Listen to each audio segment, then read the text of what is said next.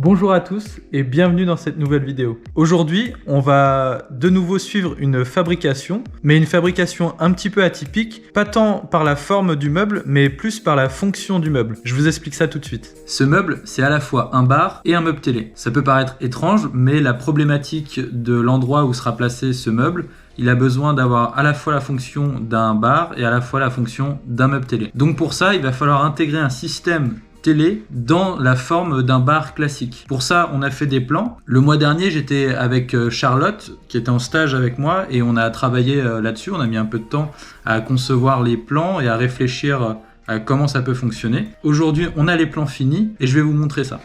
Ici, on a tout le meuble en vue de coupe. En fait, on a la partie avant, toute cette partie-là, elle est dédiée à recevoir la télé et son système. Et la partie arrière, c'est des étagères. Le tout sera fermé par des portes à l'arrière et une façade complète sur l'avant. Et pour ceux qui ont bien compris le plan, vous allez me dire, mais comment on peut voir la télé s'il y a une façade qui est devant l'emplacement de la télé? Et bien en fait, avec ce système-là. Ce système-là, c'est un lift télé qui permet de faire monter et descendre la télé dans le meuble.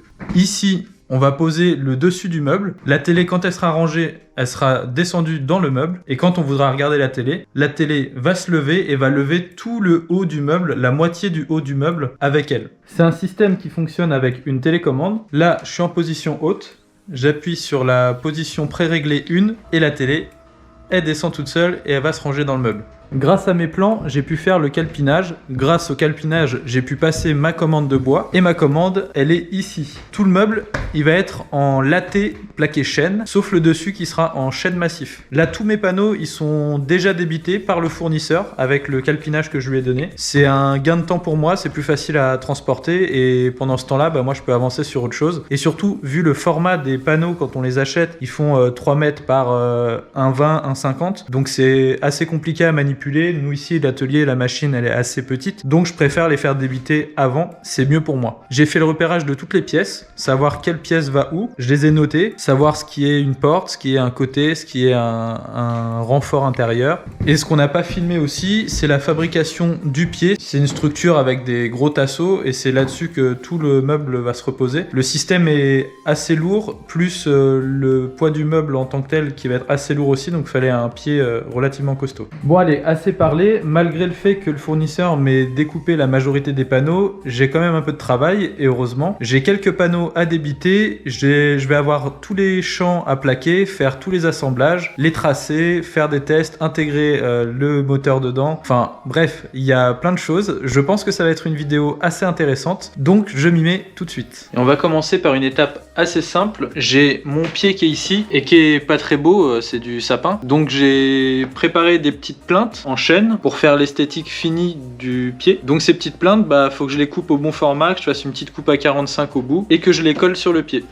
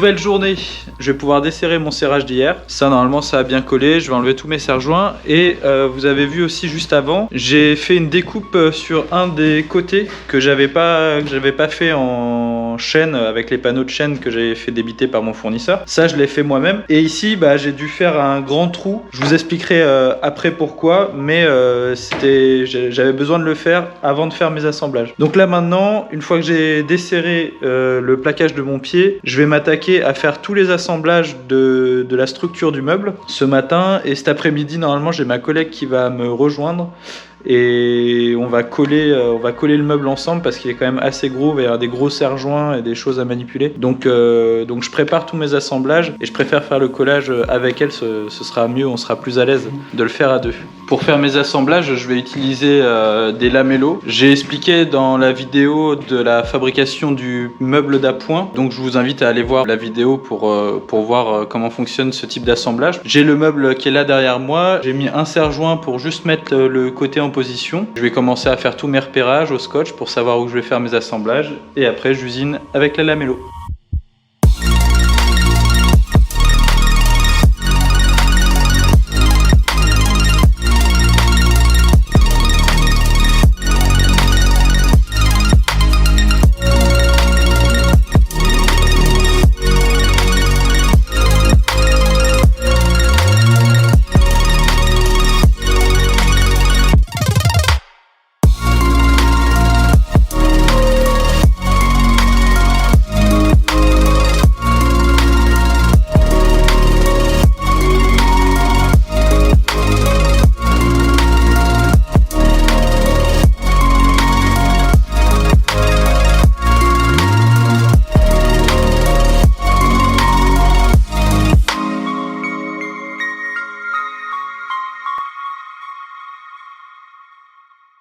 Bon, j'ai eu un petit problème technique hier, j'ai ma caméra qui s'est coupée, j'avais plus de batterie et il fallait quand même que j'avance sur le meuble, donc je vais vous expliquer ce que j'ai fait qui n'a pas été filmé. En gros, c'est les assemblages en lamello, je les ai fait pour tout le meuble, et il y a certaines zones comme ce montant intermédiaire et la grande planche qui est derrière. J'ai fait des lamellos et j'ai mis des vis, et ça tiendra très bien comme ça, c'est pas visible. Ça va me faciliter ma mise en œuvre pour le collage. Là, c'est le week-end et je suis tout seul, et du coup, ça va être mis en stand-by pour ce week-end parce que je veux vraiment qu'on soit au moins deux pour faire le collage du meuble. Faut pas que ce soit raté, ça pourrait engendrer plein de problèmes pour avancer sur la fabrication après. Donc le mieux c'est quand même vraiment d'être deux. Je vais attendre que mes collègues soient là la semaine prochaine, et en attendant c'est pas grave, j'ai plein d'autres choses, je vais avancer sur d'autres projets, notamment la finition de cette petite driver table qui n'attend que moi. En attendant de coller le meuble, j'ai quand même des choses sur lesquelles je dois avancer. J'ai toutes les étagères qui sont ici, les étagères et d'autres pièces du meuble où faut que je plaque les champs parce que là les champs ils sont à nu, et comme on n'est pas sur du massif, forcément ils sont pas en chaîne. Donc j'ai un rouleau de champs qui est pré-encollé, ça se présente sous cette forme là. Et ça se colle tout simplement en chauffant, donc au fer à repasser, et on colle directement le champ là où on veut qu'il soit positionné. Je vais avancer là-dessus et après je pourrai faire tout le collage du bâti. Là j'ai fait un petit montage à blanc avec le test de la télé qui est à l'intérieur, avec la façade. Normalement tout est bon, donc je colle et après on va pouvoir avancer sur le reste.